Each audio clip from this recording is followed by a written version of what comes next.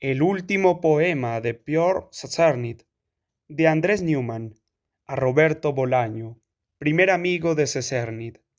Como todas las mañanas de clima benévolo, no muy tarde, por el hambre, ni muy pronto, por el sueño, Piotr Sazernit había salido a dar un paseo. Se vio a sí mismo franqueando el portón de su domicilio, reflejado en un cristal que transportaban dos muchachos de uniforme. El cristal pasó de largo y a Piotr Sezennit lo asaltó la tentación de ensayar un aforismo sobre la paradoja de que un cuerpo transparente pudiera resultar el peor de los obstáculos. Se denegó ese placer hasta después del café expreso. Bamboleando su espléndida barriga, Piotr Sezennit aspiró agradecido la brisa que la mañana le regalaba. Caminó unas cuantas manzanas por su calle y giró a la derecha, hacia la plaza Javesca. Allí sorprendió a dos pájaros disputándose el mismo mendrugo de pan y, un poco más adelante, a una pareja de estudiantes prófugos disputándose sus bocas. Entonces se detuvo para tomarse un respiro, atusarse el bigote y, ya que estaba, espiar a los dos adolescentes. Le vino a la cabeza un verso fácil y efectivo con el que retratar a los amantes y a los pájaros. Lo sopesó un instante, lo desechó disgustado, reanudó su camino y casi enseguida Piotr Sezernit se vio a sí mismo abriendo las puertas acristaladas del Central Café Segundo. Pidió un espresso y esperó a que el camarero se lo trajera junto con sus dos sobres de azúcar y su copa de agua. Piotr Sezernit pedía siempre el agua en copa. Después de probar el café, abrió su libreta forrada en piel y descubrió su Mont Blanc. Esperó hasta que un leve estremecimiento fue la señal de aviso. Inmediatamente se puso a escribir con letra diminuta. Al cabo de un rato, levantó la vista del papel y dejó reposar la pluma. Se bebió de un solo y largo trago la copa de agua y procuró eructar con delicadeza, cubriéndose los labios y el bigote con dos dedos. Se puso a hacer un recuento de los poemas que había reunido en el último semestre. Barajaba dos títulos, pero no lograba decidirse. Uno, que se le había presentado de improviso al comienzo de la escritura, y no acababa de convencerlo. Era la absolución. El otro, más hermético, y que él en cierto modo prefería, era la flor y la piedra. En cualquier caso, ya había llenado dos libretas. Si continuaba a ese ritmo, a comienzos del verano tendría listo el libro. Como le molestaba la idea de tener que corregirlo durante los meses de calor, decidió que se dedicaría exclusivamente a los aforismos hasta que remitiera la peste de agosto. Llamó al camarero y le pagó con 2 monedas. Guárdese el cambio, joven, repitió un día más, y el camarero hizo la acostumbrada inclinación de cabeza. Dando pasos cansados mientras se marchaba, Piotr Sezernit vigiló de reojo la manchada superficie del espejo oval del Central Café Segundo. En ese momento sintió el ramalazo de una perplejidad. Volvió sobre sus pasos, buscó una mesa libre, se sentó y escribió con su Mont en la libreta. Aquello que no vemos es lo que nos impide el paso. Guardó satisfecho la libreta y se entregó a la amable corriente que mezclaba, como un mazo de cartas, las hojas de los tilos sobre la acera. No era mucho el dinero que le quedaba. En la revista rara vez le pagaban a tiempo las reseñas. En cuanto al vampiro de Subridov, ya había perdido la esperanza de que le diera lo prometido. Para ser editor, discurría Piotr Sezernit, hay que tener básicamente dos cualidades: mucha vocación y poca vergüenza. Ahora bien, él tenía un secreto que lo consolaba de todo. Guardaba varios repuestos de papel berjurado, tamaño cuartilla, repletos de su letra minúscula y apretada. 2 libros de poemas más un posible diario. Tal vez, más adelante, también una pequeña colección de aforismos.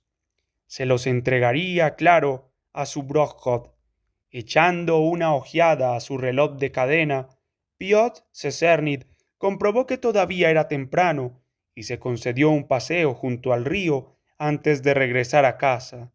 Se asomó al puente. El agua se revolvía, haciendo y deshaciendo dibujos espejeantes. Echó a andar en dirección contraria al centro, en busca de silencio. Imaginó de pronto los sonidos como grandes anillos con un centro muy blanco. El silencio, se dijo, debía estar tan solo en los contornos, delimitando la circunferencia, tan fino como intangible. O se traspasa desde fuera o se divisa desde dentro, sin habitarlo jamás. Piotr Sesernit sintió pereza de buscar un banco y abrir su libreta, así que postergó la imagen para cuando estuviera cómodo en su casa.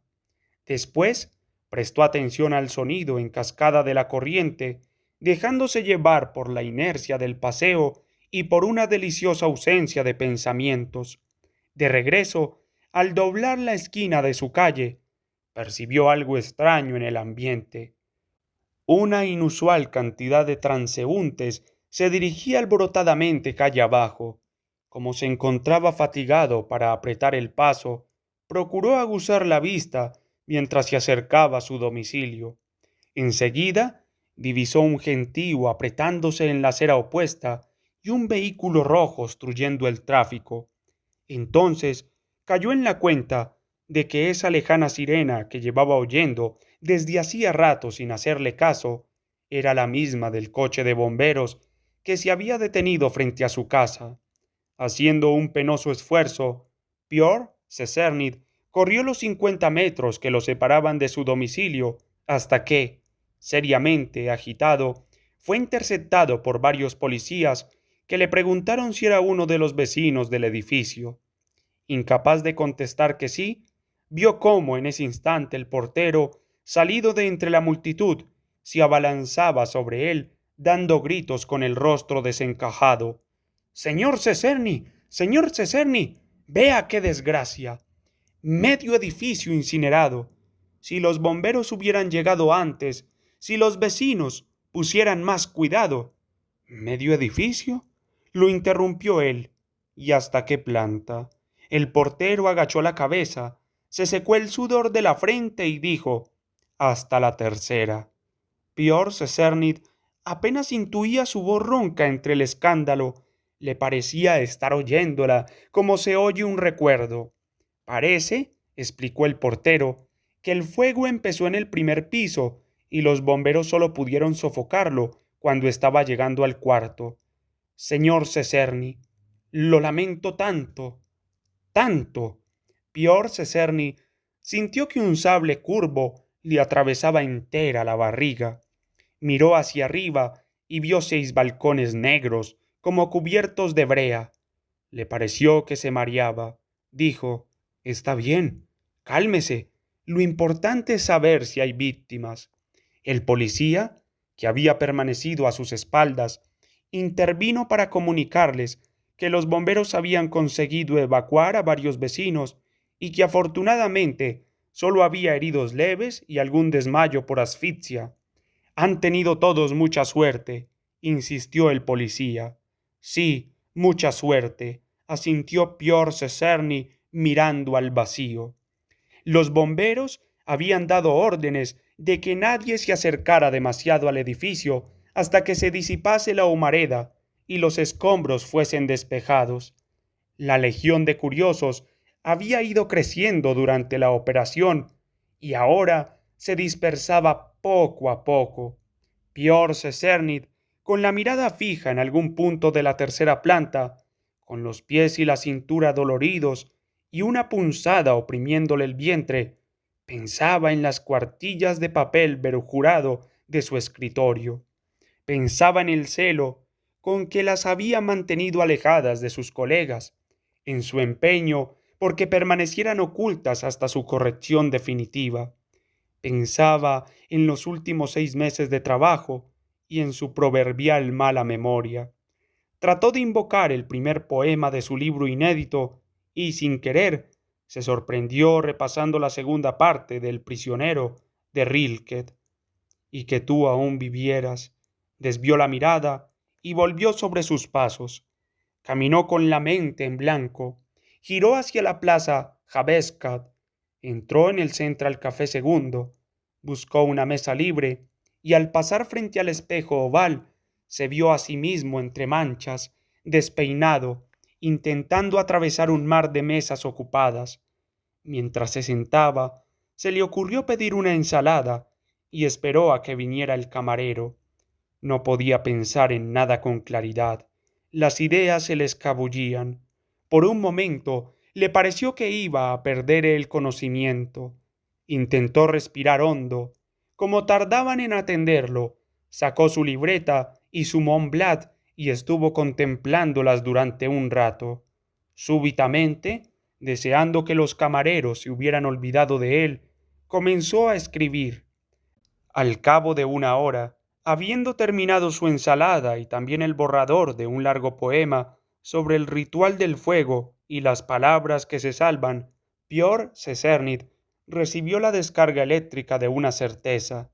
Volvió a abrir su libreta por la primera página, escribió con letra diminuta la absolución y sintió en las entrañas un repentino alivio.